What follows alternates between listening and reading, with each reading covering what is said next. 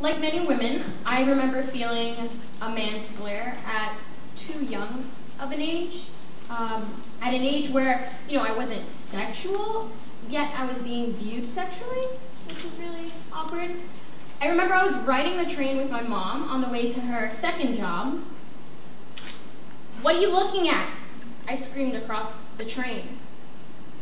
And then everyone looked at me as if, I was the culprit. There was no actual label per se for what that man was doing, but all I knew was that he made me really uncomfortable. His stare made me feel really uncomfortable, and he had to know that. That was my first experience with street harassment, but it definitely wasn't the last. There were many instances after, but there was one moment in particular that changed me the most. I was in junior high school. I was on the school bus on my way home when I felt my ass grabbed for the first time. I felt shocked and violated, so instinctively I turned around and I punched the boy who decided to lay his hands on my body. We got into a bit of an altercation. And as we were getting separated, I remember hearing, "What's wrong with you?" But surprisingly enough, it wasn't being addressed to the boy, it was being addressed to me. "It's not that serious, relax." How the hell can I relax when I was being physically violated? At that moment, my strong character quickly diminished. I was overwhelmed with immense embarrassment, like, why did I speak up? I could feel my voice shrinking within. Junior high school is a pretty damn awkward time for anybody.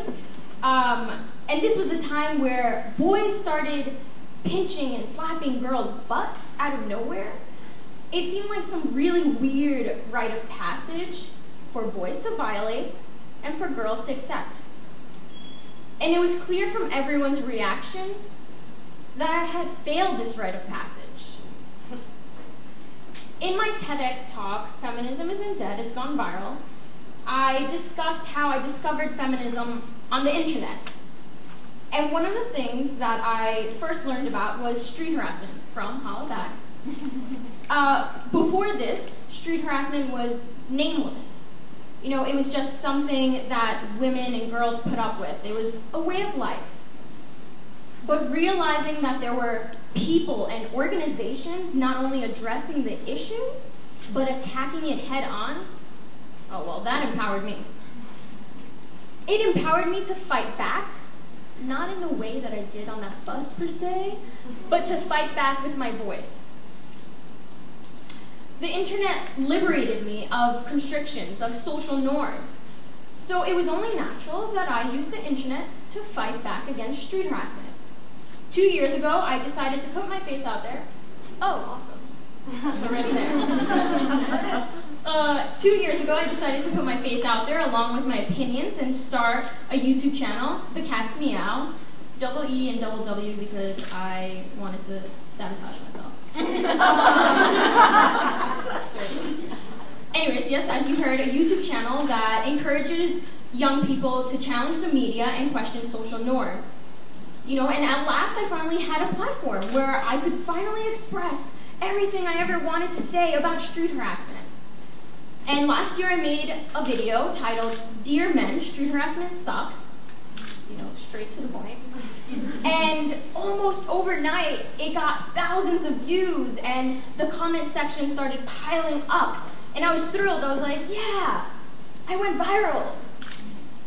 Oh wait, there's the video. I went viral, but it wasn't for the reason, is that happening? It wasn't for the reason that I thought. These are only some of the comments that I dare to show today. I'm not going to read them. I apologize. Not only did the video get an enormous amount of dislikes, but the comments of people who were actually in support of the video were being removed almost instantaneously. And that's because on YouTube, if enough people dislike a comment, the comment gets removed. So it was pretty clear to me that these men, these trolls, were on a mission to silence me and anyone else who wanted to speak out against street harassment. This seemed way too familiar, but this time I wouldn't fall victim to their actions, and I sure as hell wouldn't stay shut. Something miraculous happened. Out of nowhere, let's get this right, people gathered together in order to outweigh the negativity with their positivity. These are just some of the people who saw what was going on and dared to speak up. For a long time, a man's glare, whistles, and hey beautifuls went nameless. And for a long time, I stayed voiceless. But thanks to the virtual presence of so many people and organizations like Stop Street Harassment and HOLLA, not only was I able to gain my voice back, gain my voice that I lost on that school bus, but my voice has been strengthened. Strengthened because I realized I wasn't alone.